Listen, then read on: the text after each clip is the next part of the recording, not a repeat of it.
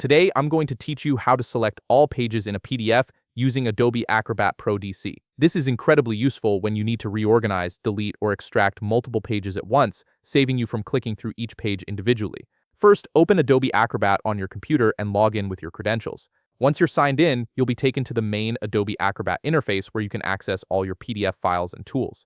Next, navigate to Recent Files.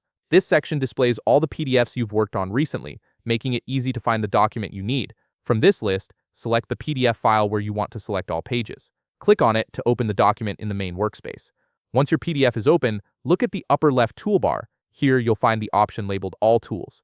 Click on it to reveal a comprehensive menu of all the features Adobe Acrobat offers. This is your hub for accessing advanced PDF management functions. In the left sidebar that appears, click on Organize Pages. This tool is specifically designed for managing your PDF structure, allowing you to rearrange, delete, or manipulate pages however you need. Clicking this will change your view to display thumbnail previews of every page in your document. You will now see all the thumbnail pages laid out in front of you.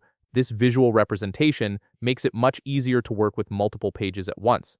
To select all pages efficiently, click on the first page thumbnail. This marks your starting point for the selection. Now here's where the magic happens. Hold down the Shift key on your keyboard, and while keeping it pressed, click on the last page thumbnail in your document.